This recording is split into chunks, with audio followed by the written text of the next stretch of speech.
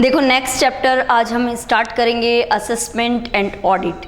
देखो आप सभी हेडिंग डाल दो, next chapter assessment and audit. Next chapter है आपका assessment and audit.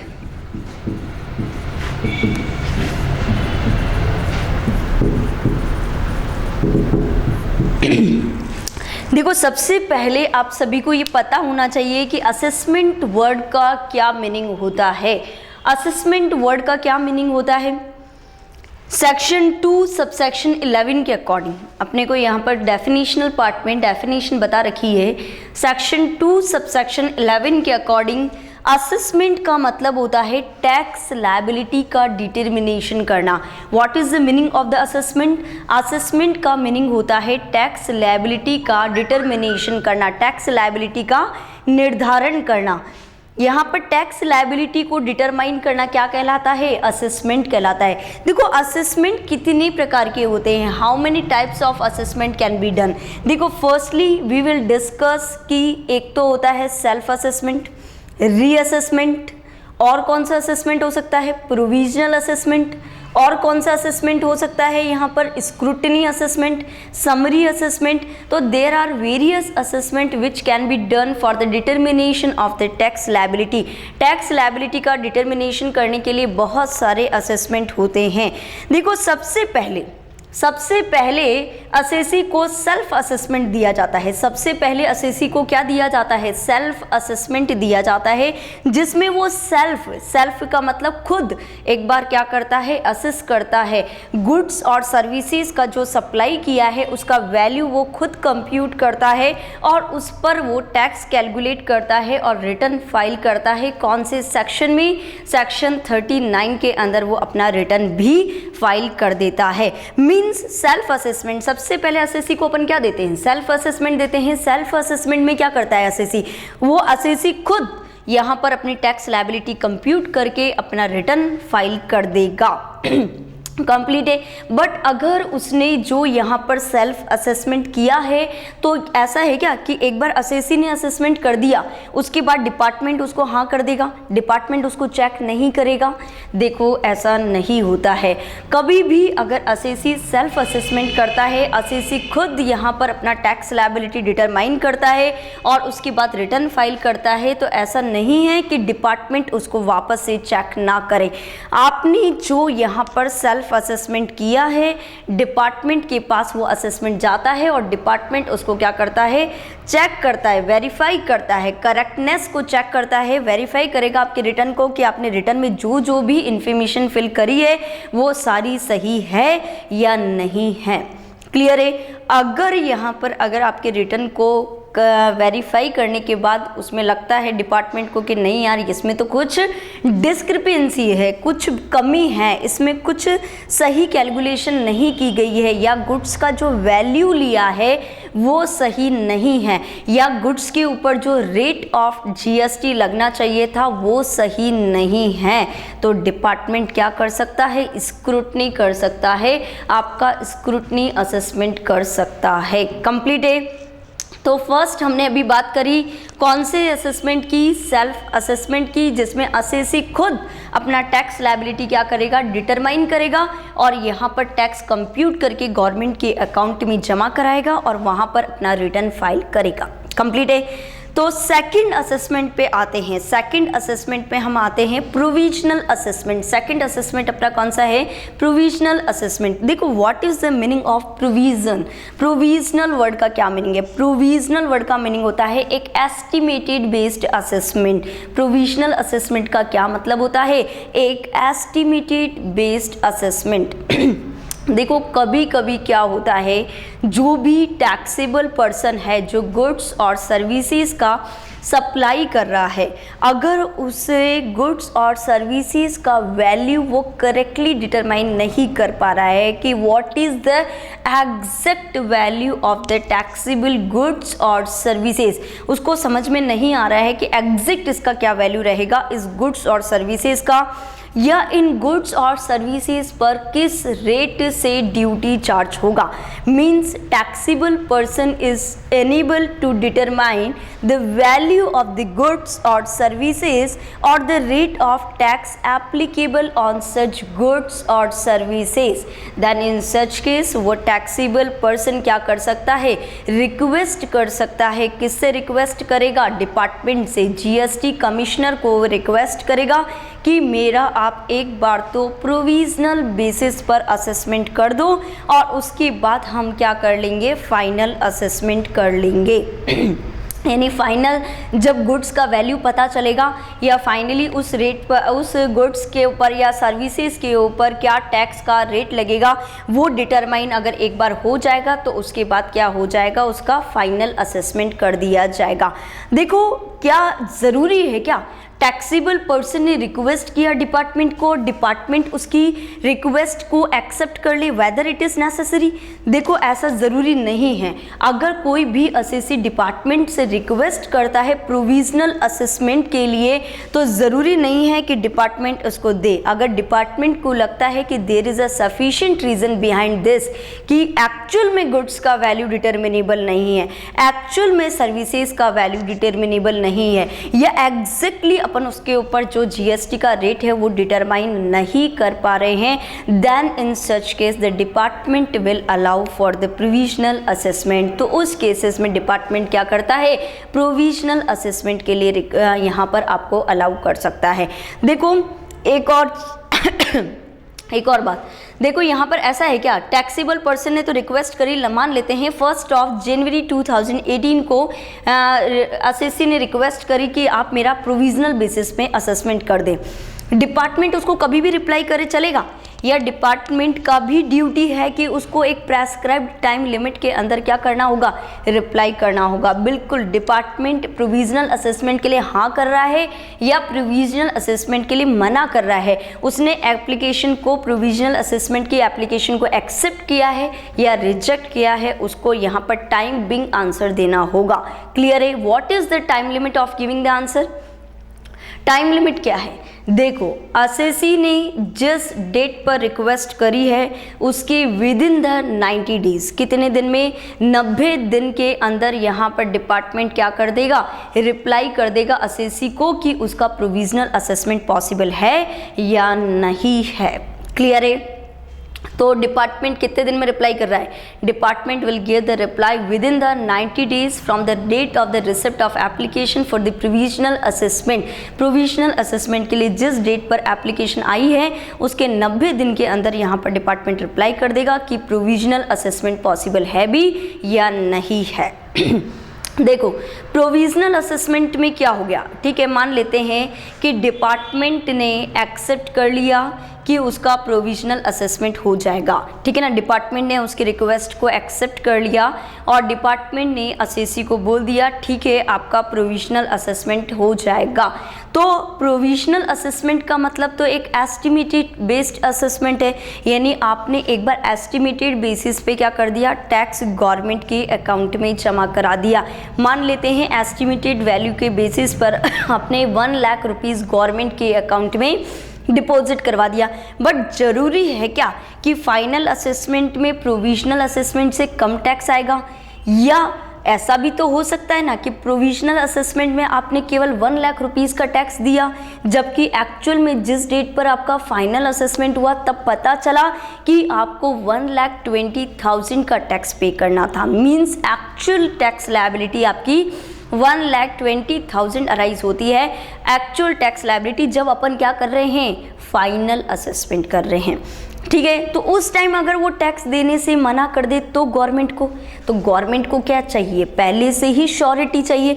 Government allow तो कर देगा कि ठीक है आप प्रोविजनल बेसिस पे असेसमेंट कर लो, बट गवर्नमेंट बोलेगा कि मैं आपको अलाउ करता हूं पर आप मुझे इसके अगेंस्ट में एक बॉन्ड भर के दो, आप मुझे इसके अगेंस्ट में एक प्रॉपर श्योरिटी और सिक्योरिटी बॉन्ड भर के दो, ताकि अगर फाइनल असेसमेंट में टैक्स लायबिलिटी बढ़ जाए तो डिफरेंस अमाउंट कौन सा, फाइनल असेसमेंट का जो अमाउंट है और प्रोविजनल असेसमेंट में जो पे किया अमाउंट है। जैसे 1,20,000 आपका फाइनल असेसमेंट में डिटरमाइन हुआ, जबकि प्रोविजनल बेसिस पे आप केवल 1 लाख पे कर चुके हो, तो ये जो बीच का डिफरेंस है कितना 20,000 रुपीज़ का, ये आप मुझे विथ इंटरेस्ट क्या कर सको, पे कर सको। इसके लिए प्रॉपर श्योरिटी और सिक्योरिटी बॉन्ड यहाँ पर पहले असेसी को फिल करना होगा और उसके बाद यहाँ पर उसका प्रोविजनल असेसमेंट अलाउड होगा। कंप्लीट है। तो प्रोविजनल असेसमेंट के लिए अगर डिपार्टमेंट हाँ कर देता है तो इस केस में असेसी को प्रॉपर श्योरिटी और सिक्योरिटी बॉन्ड क्या करना होगा, फिल करना होगा। और इतना अप्रोप्रिएट अमाउंट का फिल होगा कि यहाँ पर जो भी डिफरेंस अमाउंट है ड्यूटी का along with interest it can be paid along through such bond, उस बॉन्ड के थ्रू वो क्या कर सकेगा, पे कर सकेगा। कंप्लीट है। अब यहाँ पर प्रोविजनल असेसमेंट आपको पता चल गया। प्रोविजनल असेसमेंट के लिए पहले कौन रिक्वेस्ट करता है, assessee taxable person will request to the department and department will accept the application within the 90 days from the date of application. Application की डेट से 90 दिन में वो एक्सेप्ट और रिजेक्ट का ऑर्डर दे देगा, और एक्सेप्ट करता है तो assessee will file the surety और सिक्योरिटी बॉन्ड, ताकि वो यहाँ पर जो डिफरेंस अमाउंट आता है प्रोविजनल असेसमेंट और फाइनल असेसमेंट का अलॉन्ग विथ इंटरेस्ट वो इस बॉन्ड के तहत पे कर सके। क्लियर है। अब देखो नेक्स्ट बात क्या आती है। नेक्स्ट बात ये आती है कि प्रोविजनल असेसमेंट के कितने टाइम पीरियड में फाइनल असेसमेंट हो जाना चाहिए। मीन्स मान लेते हैं आपका प्रोविजनल असेसमेंट हुआ है 1 जनवरी 2018 को, तो आपका फाइनल असेसमेंट कभी भी हो सकता है क्या? फाइनल असेसमेंट कभी भी, ऐसा नहीं है कि कभी भी हो जाए। फाइनल असेसमेंट आपको एक टाइम लिमिट के अंदर करना होता है, और वो टाइम लिमिट क्या है, 6 मंथ। यहाँ पर प्रोविजनल असेसमेंट की डेट से 6 मंथ के अंदर आपका फाइनल असेसमेंट हो जाना चाहिए। देखो, पर यदि यहाँ पर प्रोविजनल असेसमेंट 6 मंथ में कंप्लीट नहीं हो सकता है, तो यहाँ पर हम एडिशनल कमिश्नर और जॉइंट कमिश्नर की अप्रूवल लेकर इस प्रोविजनल असेसमेंट की 6 मंथ की टाइम लिमिट को फर्दर 6 मंथ के एक्सटेंशन के लिए अप्लाई कर सकते हैं। देखो, ये फर्दर 6 मंथ का एक्सटेंशन आपको केवल तभी अलाउड होएगा अगर एडिशनल कमिश्नर और जॉइंट कमिश्नर आपको अप्रूवल दे दे। क्लियर है। बट अगर आपका 6 मंथ और एक्सटेंशन के अंदर भी कंप्लीट नहीं हो पाता है, तो इस केस में और एक्सटेंशन चाहिए, यानी टोटलिटी में 1 साल हो चुका है, 6 मंथ तो पहले वाला और 6 मंथ का एक्सटेंशन जो एडिशनल कमिश्नर और जॉइंट कमिश्नर ने आपको दे दिया था, इस 6 मंथ प्लस 6 मंथ यानी 1 साल के टाइम लिमिट में भी अगर प्रोविजनल असेसमेंट कंप्लीट नहीं हो पाता है, तो और एक्सटेंशन अगर आपको चाहिए तो यहाँ पर आपको किससे रिक्वेस्ट करनी होगी, कमिश्नर से रिक्वेस्ट करनी होगी, और कमिश्नर यहाँ पर इस टाइम लिमिट को एक्सटेंड कर सकता है फर्दर और पीरियड के लिए, बट नॉट एक्सीडिंग 4 ईयर्स। यहाँ पर और टाइम लिमिट वो एक्सटेंड कर सकता है, बट मैक्सिमम 4 ईयर्स तक के लिए वो क्या कर सकता है, और एक्सटेंशन दे सकता है। फर्दर 4 ईयर्स का एक्सटेंशन वो आपको अलाउड कर सकता है। कंप्लीट है। और फाइनल असेसमेंट जैसे ही आपका कंप्लीट होगा फाइनल असेसमेंट में आपकी फाइनल टैक्स लायबिलिटी का क्या हो जाएगा, डिटर्मिनेशन हो जाएगा। और फाइनल टैक्स लायबिलिटी का डिटर्मिनेशन होने के बाद उस फाइनल टैक्स लायबिलिटी में अगर आपका लायबिलिटी बढ़ जाता है तो अलॉन्ग विथ इंटरेस्ट आपको पे करना है, और अगर यहाँ पर कम हो जाता है तो गवर्नमेंट आपको क्या कर देगी, विथ इंटरेस्ट गवर्नमेंट आपको पैसा रिफंड कर देगी। कंप्लीट है। तो ये हमने बात करी है प्रोविजनल असेसमेंट की, कि प्रोविजनल असेसमेंट क्या होता है। देखो, फर्स्ट हम बात कर चुके हैं सेल्फ असेसमेंट क्या होता है, सेकंड हम बात कर चुके हैं कि प्रोविजनल असेसमेंट क्या होता है। देखो, थर्ड हम असेसमेंट की बात करते हैं best judgement assessment. Third assessment की बात करते हैं बेस्ट जजमेंट असेसमेंट। देखो, इन सारे असेसमेंट को हम एक एक करके पूरा प्रॉपर वे में नोट डाउन भी करेंगे, बट पहले एक ऑरली जस्ट एक डिस्कशन हम कर लेते हैं कि बेस्ट जजमेंट असेसमेंट क्या होता है। देखो, बेस्ट जजमेंट असेसमेंट क्या होता है, अगर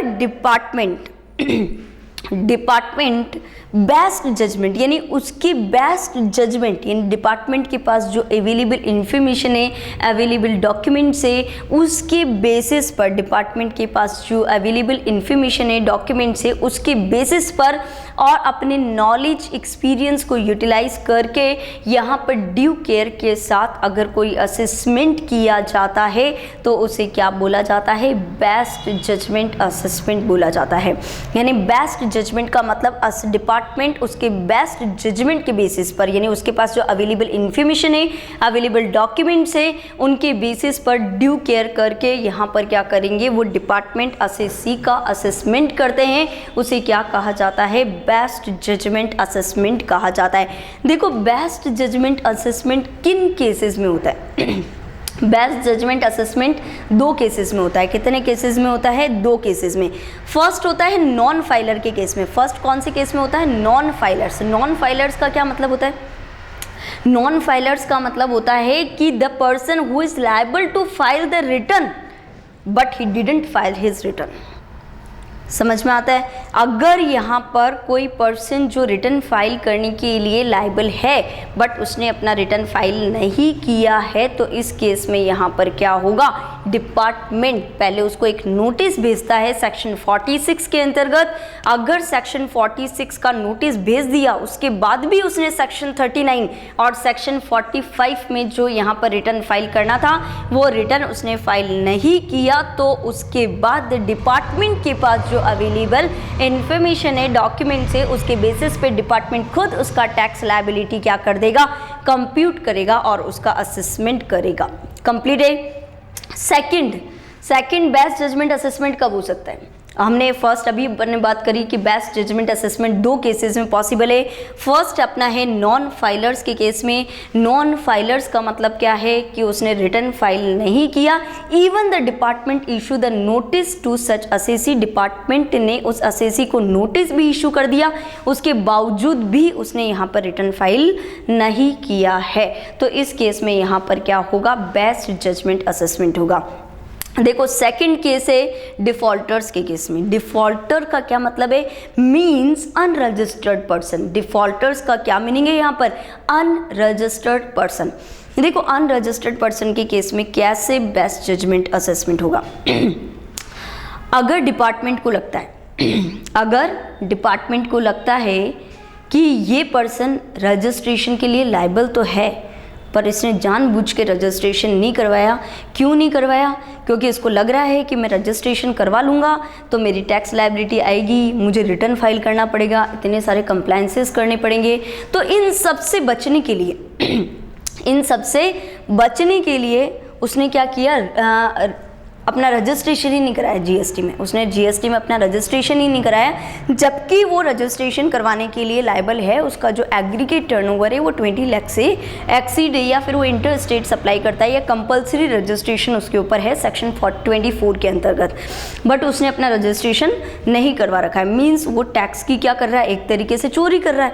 बिकॉज अगर रजिस्ट्रेशन करवाने के लिए लायबल है इसका मतलब वो जो भी सप्लाई करता है उसके ऊपर टैक्स का पेमेंट करने के लिए वो लायबल है, बट वो टैक्स का पेमेंट नहीं कर रहा है। बात समझ में आती है? देखो अगर ऐसा है या फिर कोई असेसी ऐसा भी हो सकता है कि वो रजिस्टर्ड तो था बट उसने जानबूझ के उसका रजिस्ट्रेशन क्या करवा दिया? कैंसिल करवा दिया। जानबूझ के रजिस्ट्रेशन को क्या करवा दिया? कैंसिल करवा दिया। क्यों कैंसिल करवाया? क्योंकि वो उन सभी कंप्लायंसेस से बचना चाहता है, जबकि वो लायबल है, उसका 20 लाख से ज़्यादा है, उसकी लायबिलिटी है कि उसको जीएसटी लॉ में रजिस्टर्ड ही रहना है, बट फिर भी उसका रजिस्ट्रेशन ऑलरेडी था, बट उसने क्या करवा दिया? उस रजिस्ट्रेशन को जानबूझकर कैंसिल करवा दिया ताकि उसके ऊपर वो कंप्लायंसेस से बच सके। अगर ऐसा कोई पर्सन है तो इस केस में यहाँ पर डिपार्टमेंट क्या कर सकता है? उस पर्सन का भी सेल्फ असेसमेंट कर सकता है। कंप्लीट है? तो उस पर्सन का बेस्ट जजमेंट असेसमेंट कर सकता है। कंप्लीट है? सेल्फ असेसमेंट नहीं, यानी डिपार्टमेंट खुद असेस करेगा, यानी डिपार्टमेंट बेस्ट जजमेंट असेसमेंट करेगा उस पर्सन का। कंप्लीट है यहाँ तक? तो हम थर्ड जो असेसमेंट की बात कर चुके हैं वो कौन सा है? बेस्ट जजमेंट असेसमेंट है।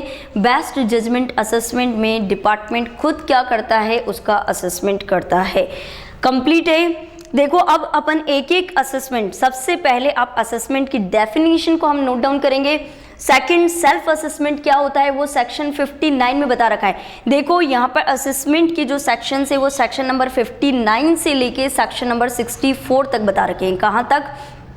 सेक्शन 59 से लेके सेक्शन नंबर 64 तक बता रखे हैं। और ऑडिट, जीएसटी से रिलेटेड जो ऑडिट के प्रोविजन है वो सेक्शन नंबर 65 और 66 में डिफाइन कर रखे हैं। तो असेसमेंट से रिलेटेड कहाँ तक है? सेक्शन नंबर 59 से लेके सेक्शन नंबर 59 से लेके सेक्शन नंबर 64 तक। और ऑडिट से रिलेटेड दो प्रोविजन है, सेक्शन 65 और सेक्शन 66। कौन से एक्ट के हैं? CGST act 2017। ओके, तो सबसे पहले हम क्या लिखने वाले हैं? डेफिनेशन डालेंगे आप सभी। डेफिनेशन ऑफ असेसमेंट, असेसमेंट की डेफिनेशन। देखो असेसमेंट की क्या डेफिनेशन है, असेसमेंट की क्या डेफिनेशन है। असेसमेंट में सेक्शन 2 सबसेक्शन 11, सेक्शन 2 सबसेक्शन 11 के अकॉर्डिंग है। असेसमेंट का क्या मीनिंग होता है? जैसा कि हम बेसिक में भी बात करिए, असेसमेंट का मतलब determination of tax liability of a taxable person. तो असेसमेंट मीन्स, असेसमेंट का क्या मीनिंग होता है? Assessment means determination of tax liability, determination of tax liability, determination of tax liability, tax liability का डिटर्मिनेशन करना। एंड इट इंक्लूड्स, देखो कौन कौन से असेसमेंट इंक्लूड है इसमें। एंड इट इंक्लूड्स, सबसे पहले सेल्फ असेसमेंट। क्या होता है? Self assessment. It includes self assessment. इसमें क्या क्या शामिल है? एक तो सेल्फ असेसमेंट शामिल है, री असेसमेंट क्या शामिल है? री असेसमेंट शामिल है। तीसरा यहाँ पर best judgement assessment, best judgement assessment, provisional assessment, provisional assessment, scrutiny assessment, scrutiny assessment और एनी अदर रेलिवेंट असेसमेंट, और एनी अदर असेसमेंट, और एनी अदर असेसमेंट। कंप्लीट है। तो what is the definition of assessment? Assessment means determination of tax liability, और tax liability का determination कौन कौन से असेसमेंट से कर सकते हैं? Self assessment, re assessment, best judgement assessment, provisional, scrutiny और अदर असेसमेंट। नोट करें इसे। सेकंड डालें आप लोग section 59 self assessment, section number 59 self assessment.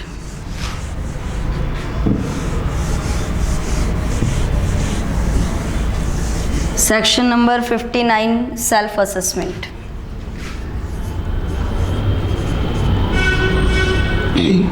देखो सेल्फ असेसमेंट में क्या होता है? सेल्फ असेसमेंट में जो भी रजिस्टर्ड पर्सन होता है वो अपनी टैक्स लायबिलिटी खुद डिटरमाइन करता है, और टैक्स लायबिलिटी को डिटरमाइन करने के बाद वो क्या करता है? अपना रिटर्न फाइल करता है। कंप्लीट है। तो सभी लिखे, every registered person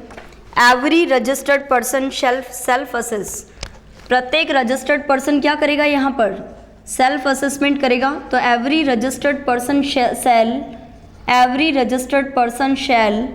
self assess, every registered person shall self-assess the taxes payable under this act, the taxes payable under this act, the taxes payable under this act, the taxes payable under this act, and furnish a return। कौन से section में return furnish करेगा? Section 39। and furnish a return for the tax period furnish a return for the tax period under section 39 complete है। तो section number 59 में क्या है? Self assessment. Next आप लोग डालेंगे section number 60 provisional assessment. Next आप लोग डालेंगे section number 60 provisional assessment.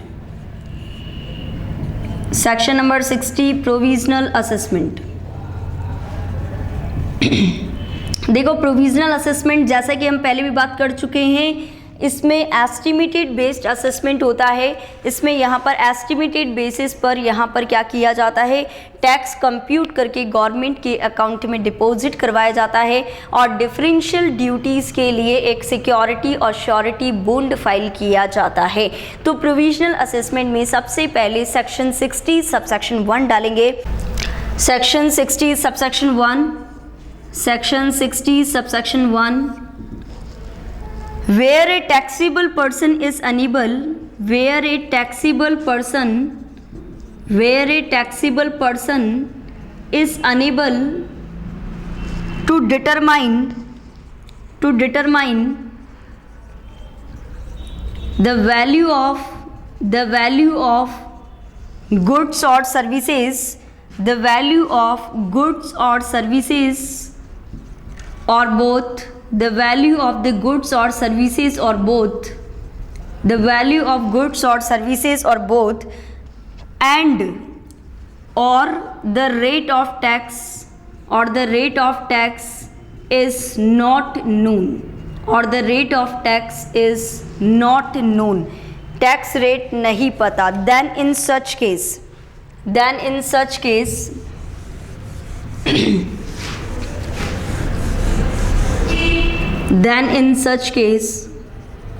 the taxable person may request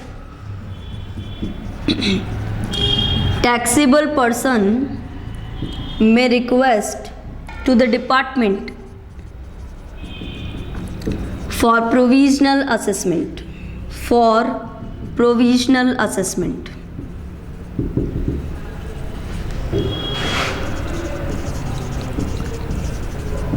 complete है यहाँ तक। सेक्शन 60 सबसेक्शन 1 में आपको ये बता रखा है कि अगर कोई भी टैक्सेबल पर्सन है, अगर वो अनेबल है to determine the value of the goods और सर्विसेज और बोथ, और rate of tax is not known, then in such case he can request to the department कि वो क्या करवा दे, प्रोविजनल असेसमेंट करवा ले। देखो जब भी यहाँ पर ये प्रोविजनल असेसमेंट के लिए यहाँ पर क्या करता है, रिक्वेस्ट करता है, तो प्रोविजनल असेसमेंट के लिए जो रिक्वेस्ट की जाती है वो राइटिंग में की जाती है और उसके साथ सफिशिएंट आपको यहाँ पर क्या शो करने होते हैं, रीजंस भी बताने होते हैं कि आप प्रोविजनल असेसमेंट के बेसिस पर क्यों टैक्स का पेमेंट करना चाह रहे हो। तो यहाँ पर taxable person may request to the department for the provisional assessment and this request, और ये रिक्वेस्ट कैसे होगी, राइटिंग में, and this request in writing along with reasons.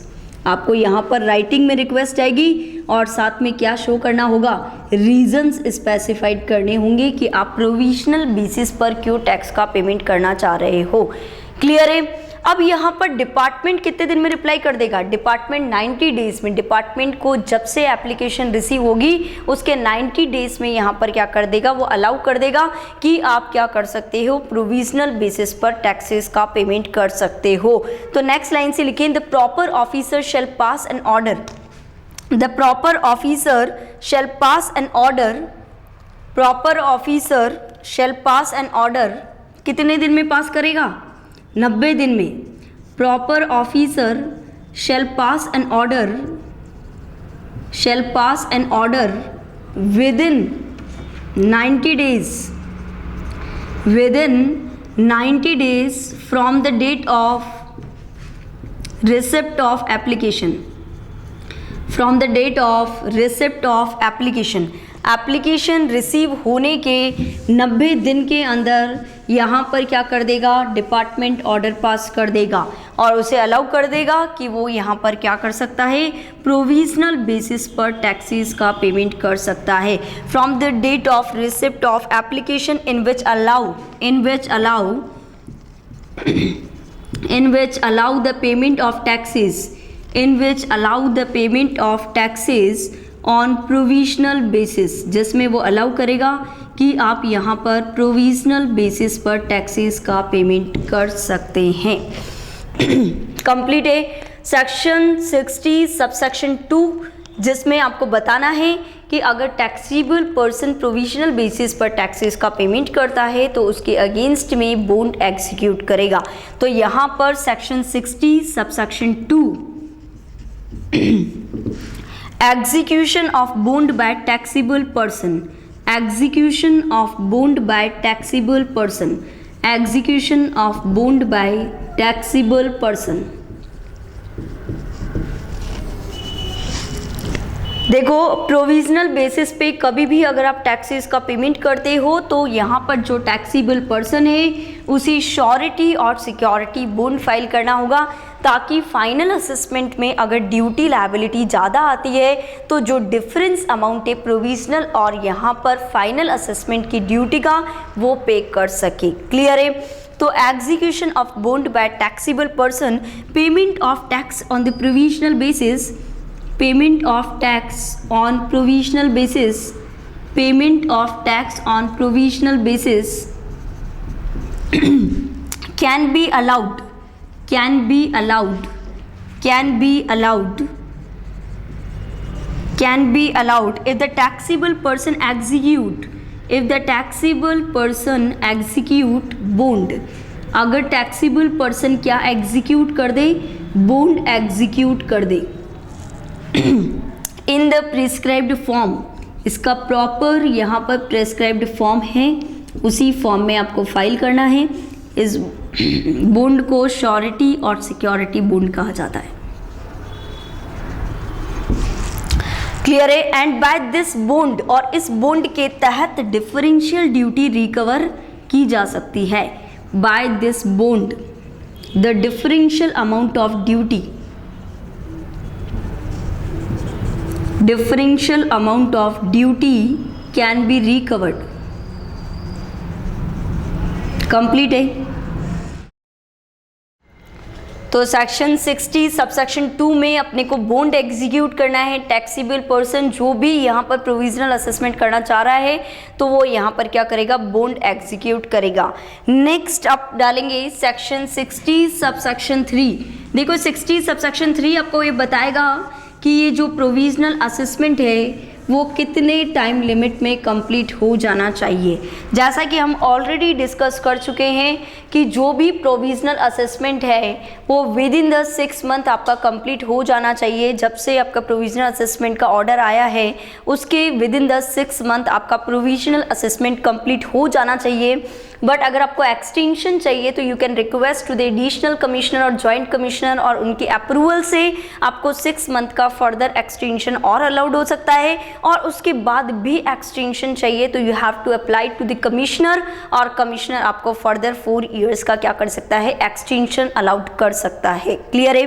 तो यहाँ पर लिखेंगे proper officer, section 60 subsection 3, section 60 subsection 3, the final assessment within the 6 month, final assessment within the 6 month, final assessment within the 6 month, proper officer shall within a period of 6 month, within a period of 6 month, within a period of 6 month from the date of communication of order, from the date of communication of order, from the date of communication of order of provisional assessment, of provisional assessment,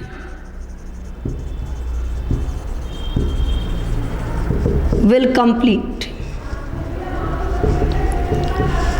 है। तो proper officer shall within a period of the 6 month from the date of the communication of the order of provisional assessment will complete the final assessment. यहाँ पर क्या कर देगा, वो 6 month में final assessment complete कर देगा। But अगर एक्सटेंशन चाहिए तो कौन दे सकता है, एडिशनल कमिश्नर और जॉइंट कमिश्नर। लिखो this time limit can be, this time limit can be extend for the further 6 month, can be extend for further 6 months, can be extended for the further 6 months if the joint commissioner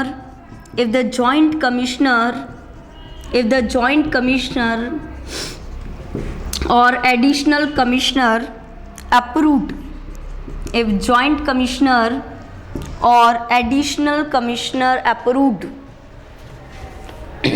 complete है। अगर joint commissioner और additional commissioner approve कर देते हैं तो further 6 month इसका क्या किया जा सकता है, एक्सटेंशन किया जा सकता है।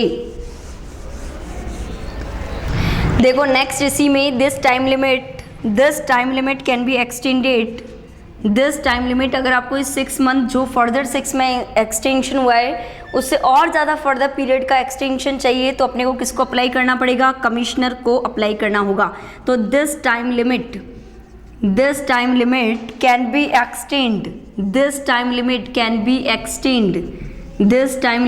Be extended by the commissioner. ये जो टाइम लिमिट है और टाइम लिमिट एक्सटेंड करनी है तो कौन एक्सटेंड कर सकता है, commissioner. But commissioner further extend करेगा बट नॉट एक्सीडिंग 4 years। वो फर्दर 4 year से ज़्यादा ईयर के लिए एक्सटेंशन नहीं दे सकता। कंप्लीट है। तो यहाँ पर सबसे पहले proper officer shall within a period of the 6 month from the date of communication of order of provisional assessment, जब से प्रोविजनल असेसमेंट का ऑर्डर आया है उसके 6 महीने के अंदर कंप्लीट करना है फाइनल असेसमेंट। अगर 6 महीने के अंदर कंप्लीट नहीं होता है तो फर्दर 6 month का एक्सटेंशन लेने के लिए अपने को किसको अप्लाई करना है, जॉइंट कमिश्नर और एडिशनल कमिश्नर को। उसके बाद भी एक्सटेंशन चाहिए तो फर्दर 4 year का एक्सटेंशन वो कमिश्नर की अप्रूवल से मिल सकता है। कंप्लीट है। नेक्स्ट सेक्शन आप लोग डालेंगे सेक्शन 60 सबसेक्शन 4। नेक्स्ट सेक्शन आप लोग डालेंगे सेक्शन 60 सबसेक्शन 4।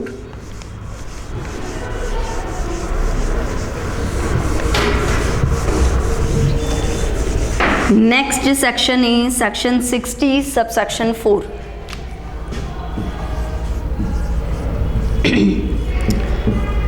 देखो सेक्शन 60 सबसेक्शन 4 ये बोलता है कि अगर फाइनल असेसमेंट में जो आपका ड्यूटी है वो ज़्यादा हो जाता है और प्रोविजनल असेसमेंट में जो आपने पे किया वो कम होता है तो आपको डिफरेंशियल ड्यूटी आपको क्या करना है, अलॉन्ग विथ इंटरेस्ट पे करना है।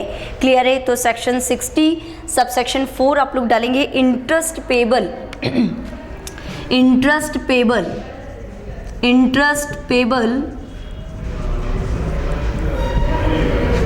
if the final amount is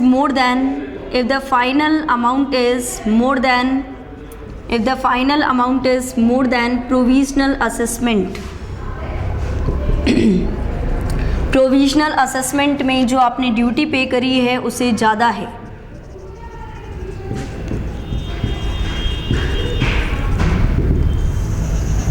लिखिए इसमें if the tax payable in the final assessment if the tax payable in final assessment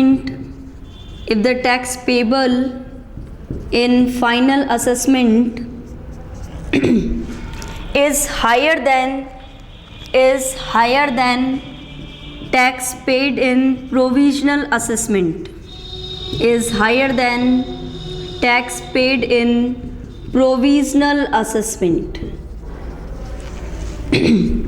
tax paid in provisional assessment then differential amount of duty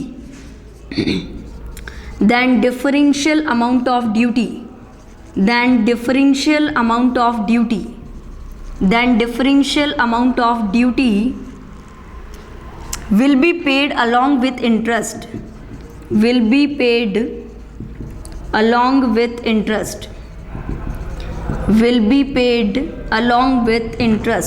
देखो interest का calculation कहाँ से कहाँ तक होगा।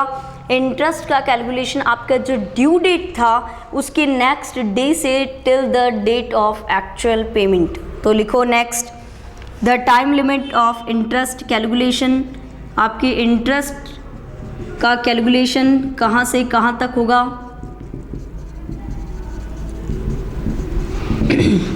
from the next day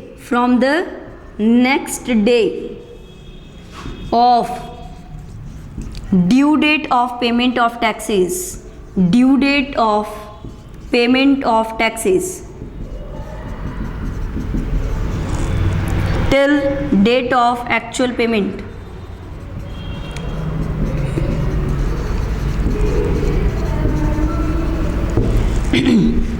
complete है यहाँ तक। तो सेक्शन 60 सबसेक्शन 4 क्या बताता है कि interest payable if the final amount is more than provisional assessment. Note करो इसको। नेक्स्ट सेक्शन है आपका section number 60 subsection 5। Next section है section 60 subsection 5। Interest on the amount of refund, interest on the amount of refund, interest on the amount of refund.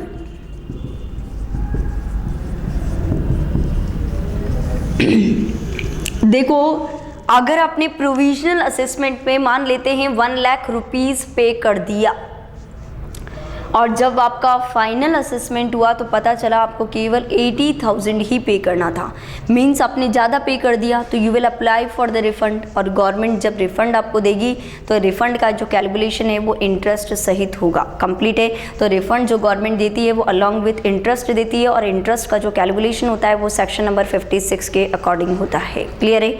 तो लिखो, if a registered person, if a registered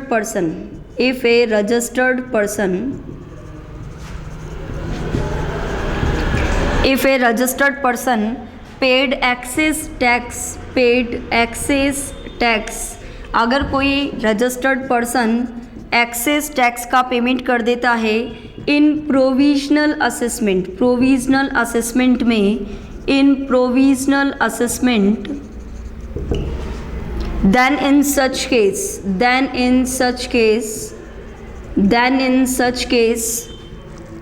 the refund shall be allowed, then in such case refund shall be allowed and the refund will be allowed along with interest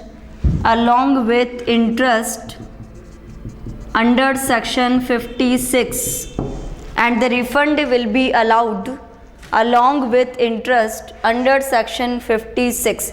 अगर provisional में आपने ज़्यादा पे कर दिया तो इस केस में आपको रिफंड मिल जाएगा और रिफंड का जो कैलकुलेशन है वो विथ इंटरेस्ट होगा।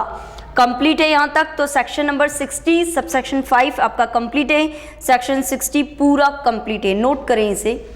नेक्स्ट सेक्शन जो हम स्टार्ट करेंगे, नेक्स्ट सेक्शन नंबर 61 स्टार्ट करेंगे। अब सेक्शन नंबर 60 हमारा कंप्लीट हो चुका है। देखो, सेक्शन नंबर 61 में हम रिटर्न को स्क्रूटिनाइज करेंगे। क्या करेंगे? रिटर्न को स्क्रूटिनाइज करेंगे, रिटर्न की स्क्रूटनी करेंगे। तो स्क्रूटनी ऑफ रिटर्न, कोई भी रजिस्टर्ड पर्सन जो भी रिटर्न फाइल करता है, डिपार्टमेंट उस रिटर्न की करेक्टनेस को वेरीफाई करती है। डिपार्टमेंट क्या करता है कि जो रिटर्न में आपने पर्टिकुलर्स को फिल किया है वो सही है या नहीं, उसकी करेक्टनेस को क्या करेगा? वेरीफाई करेगा। अगर उसे लगता है कि कुछ डिस्क्रिपेंसी है, कुछ कमी है, तो आपको नोटिस भेज के इन्फॉर्म करेगा कि देखो आपने जो ये रिटर्न फाइल किया है ना, उसमें ये कमी पाई जा रही है। कंप्लीट है। तो यहाँ पर अगर प्रॉपर ऑफिसर जो है वो आपने जो रिटर्न फाइल किया उसको पूरा उसकी करेक्टनेस को वेरीफाई करेगा, आपको नोटिस देके अगर उस रिटर्न में कोई कमी पाई गई तो उस नोटिस के तहत आपको उन डेफिशिएंसी को कम्युनिकेट किया जाएगा और आपको बोला जाएगा कि इन डेफिशिएंसी के रिगार्डिंग आप अपने एक्सप्लेनेशन दें। कंप्लीट है।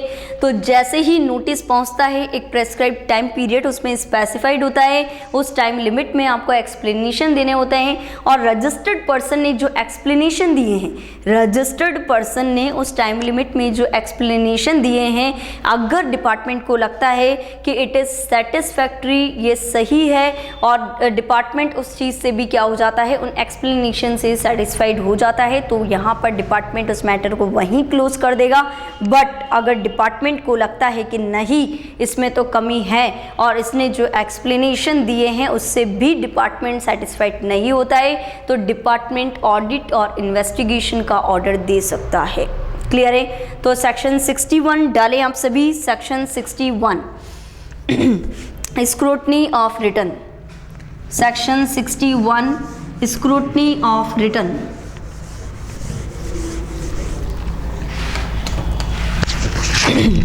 Section 61 scrutiny of written.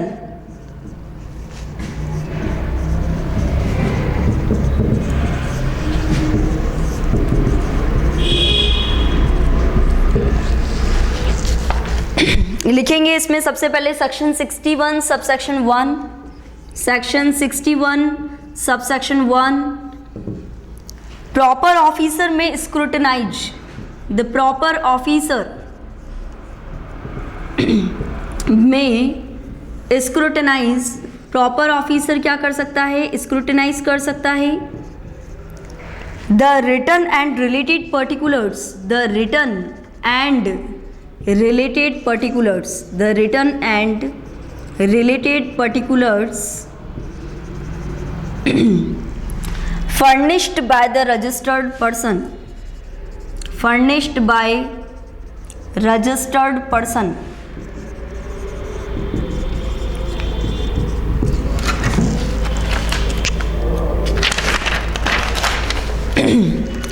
क्यों कर रहा है यहाँ पर स्क्रूटनी? स्क्रूटनाइज क्यों किया जा रहा है? To verify the correctness of return. Return की करेक्टनेस को वेरीफाई करने के लिए, तो लिखें to verify the correctness of the return. To verify the correctness of return. Return की करेक्टनेस को वेरीफाई करने के लिए। And if the proper officer and if proper officer and if proper officer found any discrepancies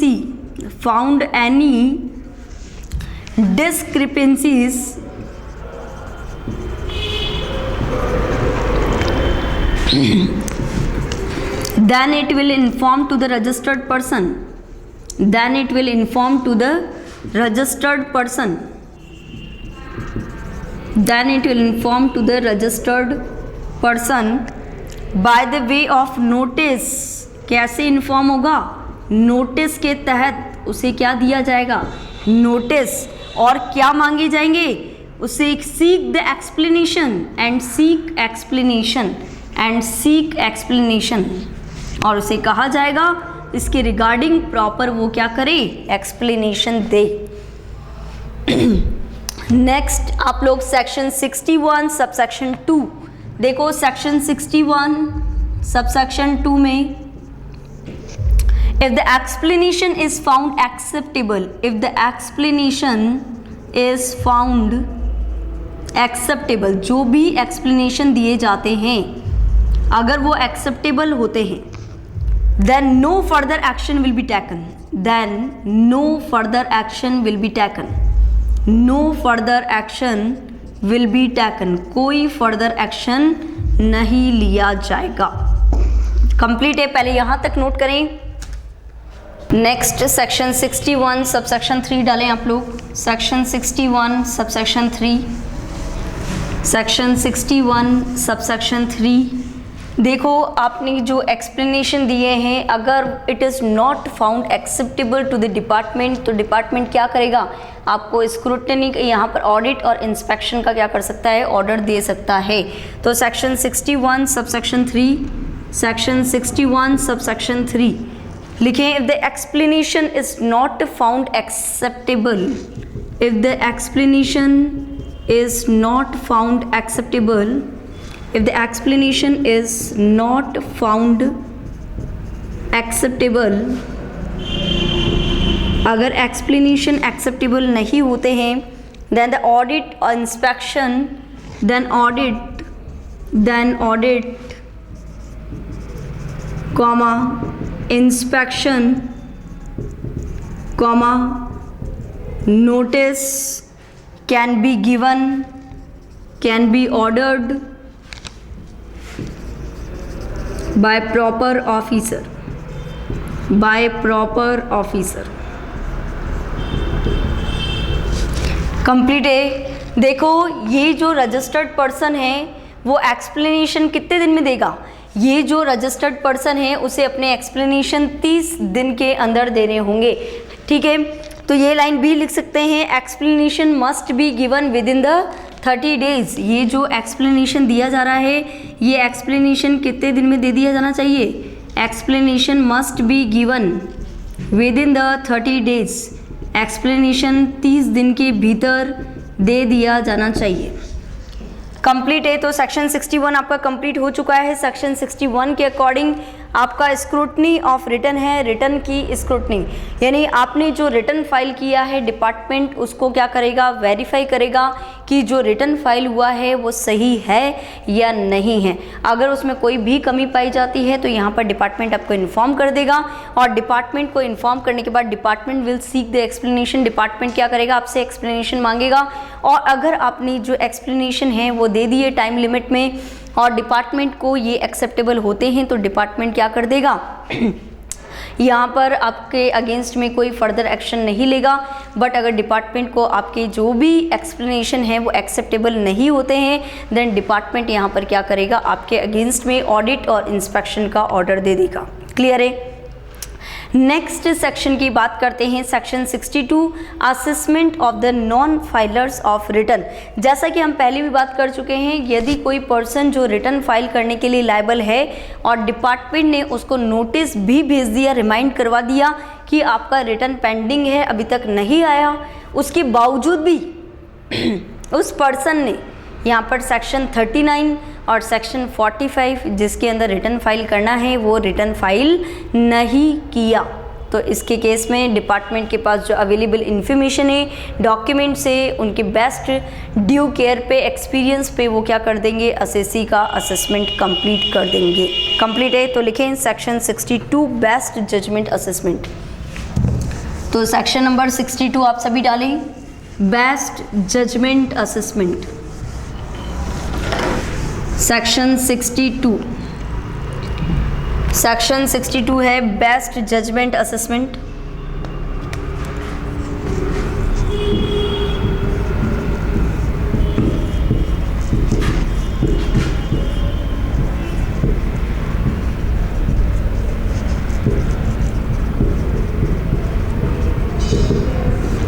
देखो best judgement assessment में सबसे पहले section 62 subsection 1 आप लोग डालें, best judgement assessment of non filers का।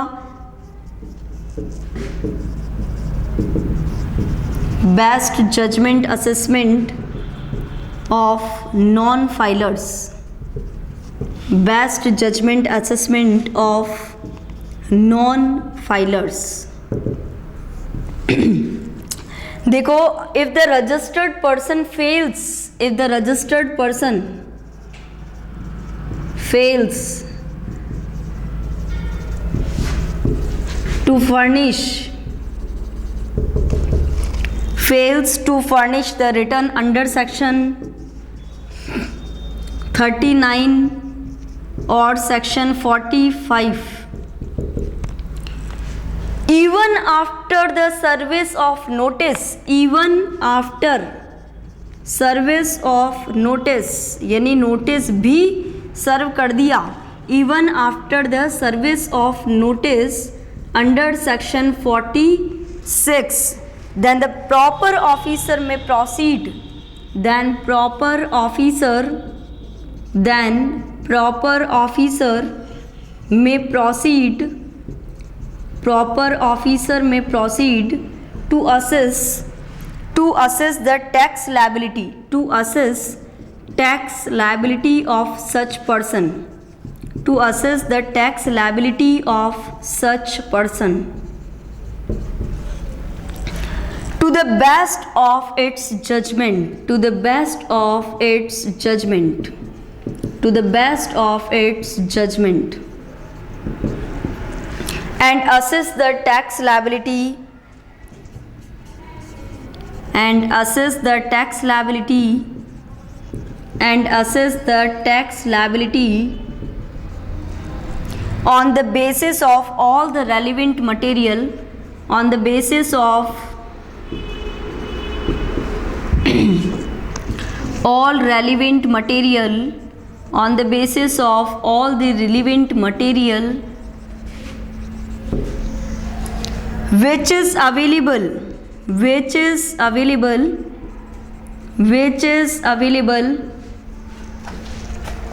with डिपार्टमेंट के पास जो इंफॉर्मेशन अवेलेबल है उसके बेसिस पर क्या करेगा, बेस्ट जजमेंट असेसमेंट करेगा।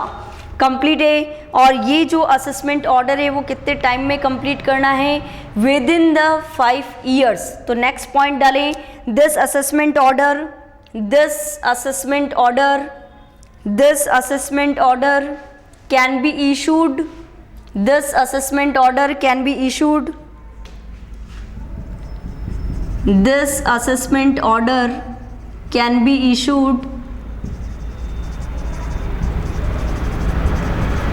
within 5 years, within 5 years। देखो 5 साल का टाइम लिमिट कब से काउंट होगा, आपका जिस ईयर से वो बिलोंग करता है, यानी जिस जो भी आपने लाइक फाइनेंशियल ईयर 17-18 का आपने यहाँ पर रिटर्न फाइल नहीं किया है, तो 17-18 फाइनेंशियल ईयर का जो एनुअल रिटर्न फाइल करने का ड्यू डेट है, उस एनुअल रिटर्न फाइल करने की ड्यू डेट से ये 5 साल का टाइम लिमिट काउंट करते हैं। तो 5 years कब से काउंट होंगे, from the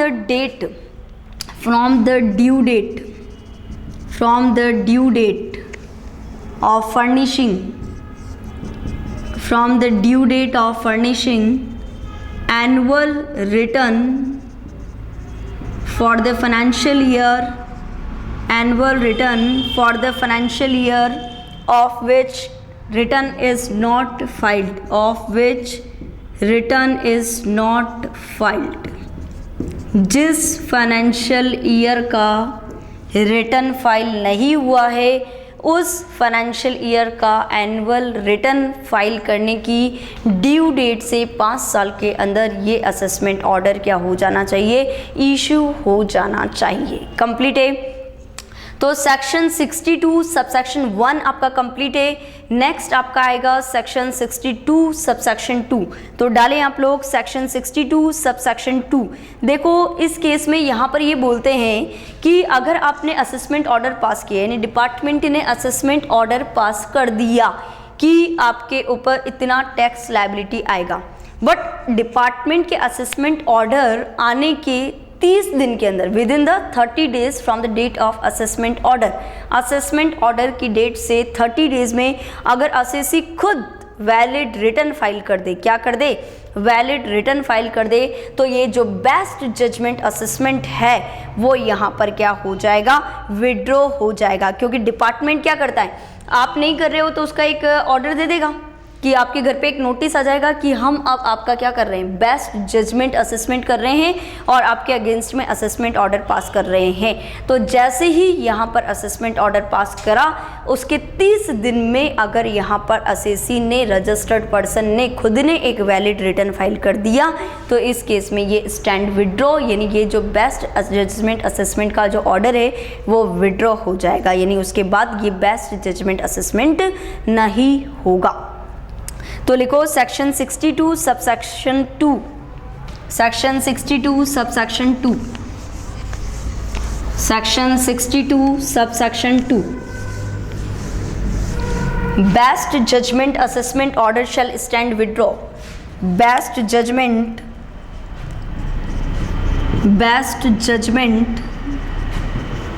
assessment order, best judgement assessment order shall be withdraw